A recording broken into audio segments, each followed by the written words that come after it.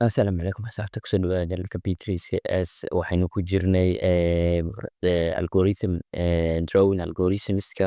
waxaynu hore usoo sharaxnay TDA oo ah online drawing algorithm waxaa ku xigay Bresenham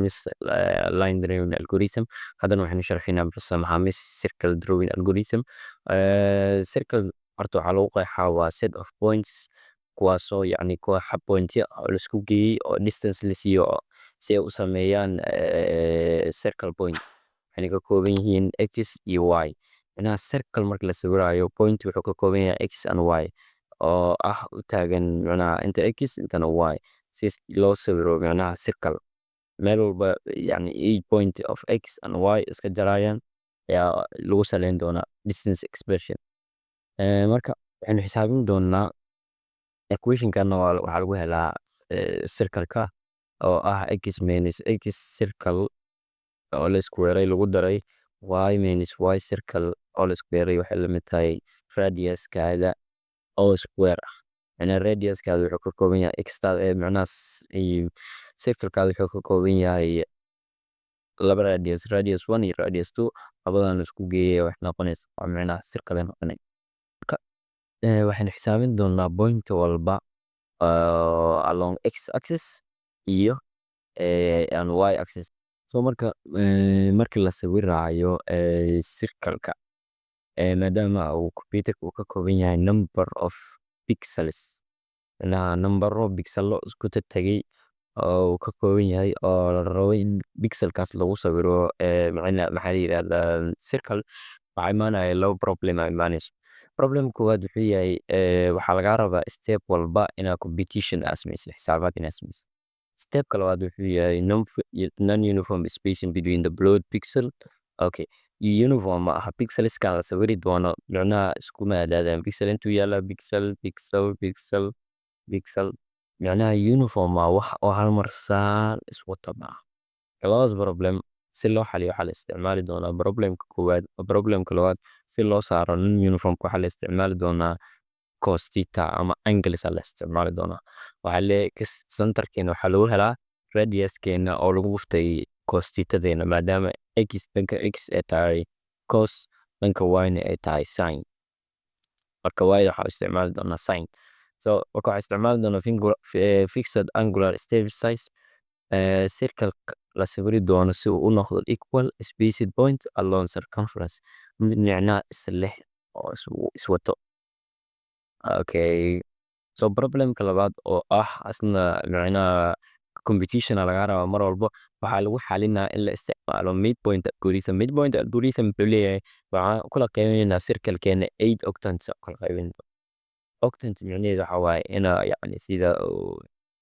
macnaha bisada octant loo kala qeybiyo oo 8 octant loo kala qeybiyo kan waxaa waaye octant 1 kan waxaa waaye octant 2 kan waxaa waaye octant 3 octant 4 5 6 7 ilaa 8 octants in loo qeybiyo marka octantiskaasna loo xisaabiyo mar walba x y iyo x and y this is first octant the second octant third octant si yacni x yacni circle-kaada uu u noqdo mid yacni dhammaystiran circle sax ah midpointkaas la isticmaali doonaa so si loo apply gareeyo midpoint function waxaa la isticmaali doonaa f circle waxaa lagu helaa x y waxay la mid tahay x taadoo la isku wargareeyey y taadoo la isku wargareeyey qiimahaas oo laga jaray radiuskaada waxay la mid tahay circle marka any point on the boundary of the circle radius satisfy this equation qaacidadana lagu yacni lagula dhaqmaa meel walba oo yacni x y iska jaqayn so marka waxaan leenahay haddii marka pointiga aan sawirayno uu noqdo interior of the circle function is a negative waa leenahay macnaha haddii circle-ka aan sawirayno pixelka uu gudaha soo galo gudaha circle-ka hadduu soo galo waxaa leenahay waa negative point haddii outside uu noqdo circle-ka banaankiisa uu noqdona waxaa leenahay waa positive function so si loo summarize gareeyo positive iyo x waxaa lagu go'aamin karaa in la isticmaalo circle function ama b sub k waa kana waxaa leenahay circle functionkeena wuxuu la mid yahay haddii yacni x subka yacni qiimaha noo soo baxa oo uu ka yaraado b subkeediina 0 waxaa leenahay inside of the circle boundary ayuu pointigan galay haddii eber uu la mid noqdona waxaa leenahay waa circumference aan macnaha line-ku yani pixelka line-ka lagu dul sawiray line-ka uu saaran yahay haddii eber uu ka weynaadona waxaa leenahay circle-ka lengthkiisa ayuu tagay outside micnaha uu tagay marka functionkana lagu testi garan doonaa saddexdan qaab oo midpointiga between the pixel near of the circle path pixelka u dhow circle pathka macnaha pathka circle-ka u dhow of each sampling step marka circle functionka decision parameter ayuu leeyahay oo loo yaqaano p sub k loo isticmaali doonaa p sub k daasaan ku saleyn doonaa qiimaha noo soo baxa ma eber uu leegyahay ma ka weyn yahay mana ka yar yahay fiirin doonaa marka parameterkaasaa loo isticmaali doonaa so waa kana hadda ayada lagu tusaayo midpointigan so this is the midpoint waa meesha x iyo y ay ka kulmayeen and this is the pixel that we need to include pixelka aan rabnay inaan sawirno waa kana so pixelkan saa ujeedno wuxuu soo galay gudaha inaha circle-keenu soo galay maadaama gudaha uu soo galay waxaa leenahay waxaa waaye negative negative negative negative waxaa leenahay negative waxaa leenahay negative pixel ama negative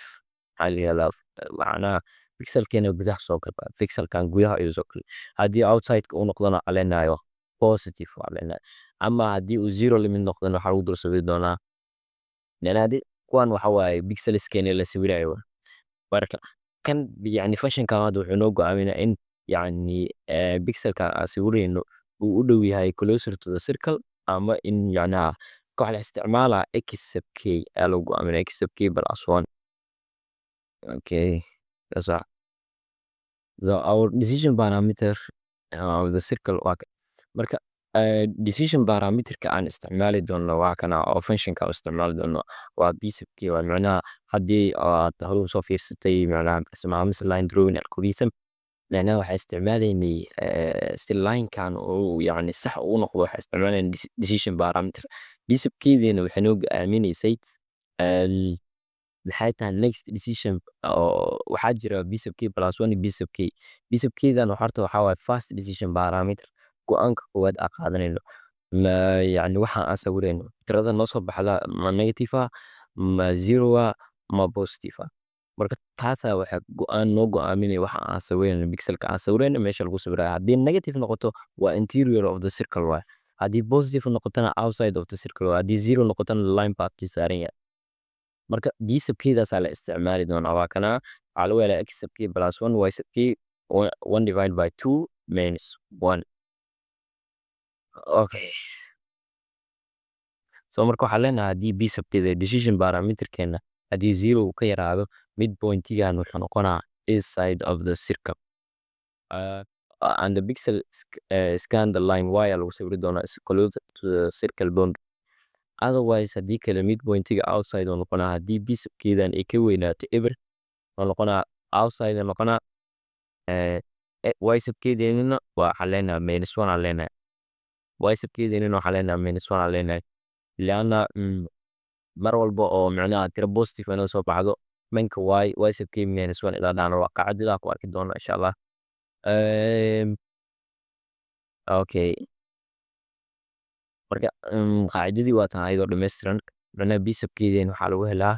p sub k plus 1 waxaa waa kan waa next decision parameterka waa next decision parameter waxaa lagu helaa p sub k-deena oo ahayd function parameterkii x sub k plus 1 y sub k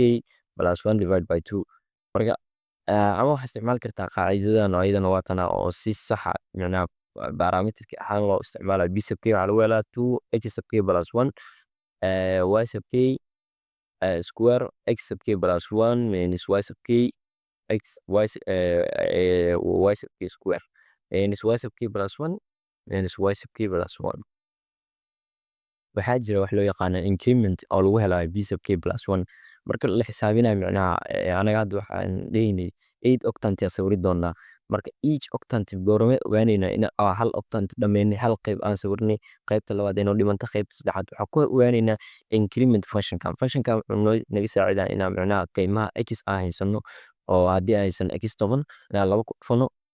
laba ku dhufano then aan hal ku darno waxa noo soo baxay waxay noqonayaan hadda 21 oo kale haddii qiimaha wayna ay haysano maybe it's the same oo kale haddii aan haysano macnaha ayadana 2 times 10 plus minus 2 marka waxaa noo soo bixi doonaa 18 markii yacni qiimaha x uu ka weynaado qiimaha y waxaa dhammaanaya 1 octant yaa dhammaanaya hal octant yaa dhammaanaya mar walbana increment fashionkana isticmaali doontaa si aa u ogaatid meesha ay wax marayaan ma x aa weyn mise y aa weyn haddii still y tiri weyn ay tahay x maadaama 16 ay tahay waa sii wadaya step ku xiga haddii x ay noqoto 17 still y ay tahay 18 waa la sii wadaa ilaa ay ka noqonayaan same value ama x ay weynaanayso ay ka weynaanayso y so starting point marka la sawirayo maxaa la sameynaa waxaa la leenahay qaybta x10 horta waa 0 waxaan ka bilaabi doonaa radiuska aan haysano marka la joogo circle-ka waxaa la isticmaali doonaa hadda bartilmaameed soo fiirsatay circle-ka waxaa lagu shaqeyn doonaa waxa loo yaqaano radius aa lagu shaqeyn doonaa starting pointigana badhani waxa ka bilaabi doonaa 0 oo qiimaha aan haysano x intana radius waxaa jiraan laba terms jiraan 2 times x iyo 2 times y oo incrementkii noo taagan marka 2 times x maadaama 0 ka bilaabanayo qiimaha 0 ay qaadan doontaa 2 times y dan waxay qaadan doontaa qiimaha r ay qaadan doontaa marka mid walbana waxaa lagu dari doonaa macnaha 2 times x waxaa lagu dari doonaa 2 times y na 2 laga jiri doonaa leanna يعني سي او يعني aan ku helno qiimihii haddaayay 2 times x sub k plus 1 iyo 2 times y sub k minus 2 initial decision parameterka oo ah b sub k ama functionka koowaad waxaa lagu helaa 1 minus r b sub k waxaa lagu helaa 1 minus r kuwan hal laga jaray radiuskaada minus radiuskaada haddaad 20 haystid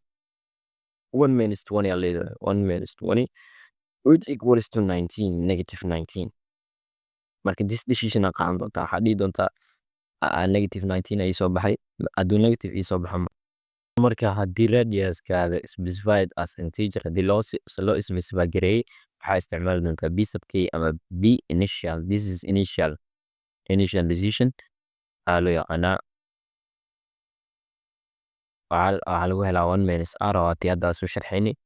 marka as bartilmaameed line drawing algorithm si lamid ah bartilmaameed line drawing algorithm midpoint method wuxuu xisaabiyaa pixelska pixel positionska along circumference pixelska lagu sawiri doono circumference ahna lagu sawiri doono of the circle using iyadoo la isticmaalayo integer addition and subtraction يعني marna x sub k wax ku dar marna x sub k wax ka jar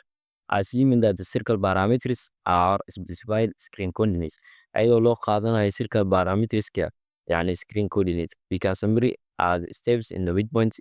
algorithmka soo socda ku summary gareyn doona maxay tahay kooda waxaa loo baahan yahay input of the radius and circle center aa loo baahan yahay waxaa haysanaa x sub k iyo y sub k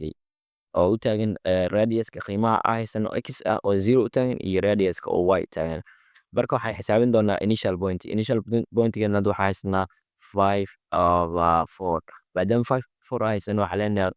b initial waxaa lagu helaya 1 minus r haddii ay tirada ay tahay waa tan integer haday tahay ama fraction haday tahay waa tan fraction haday tahay so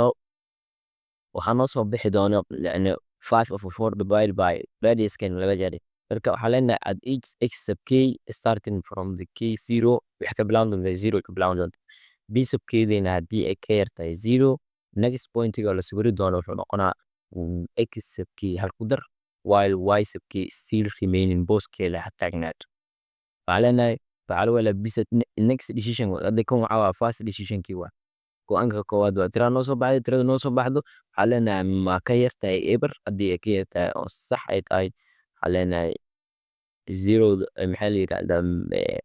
x sub keeda hal ku dar y sub k booskeeda taagnaato haddii ay ka weyn tahay macnaa b sub keedina tira positive oo weyn hadday noo soo baxdo waxaa leenahay x sub keedina plus 1 while y sub k minus 1 y sub keedina halaa ka jarayna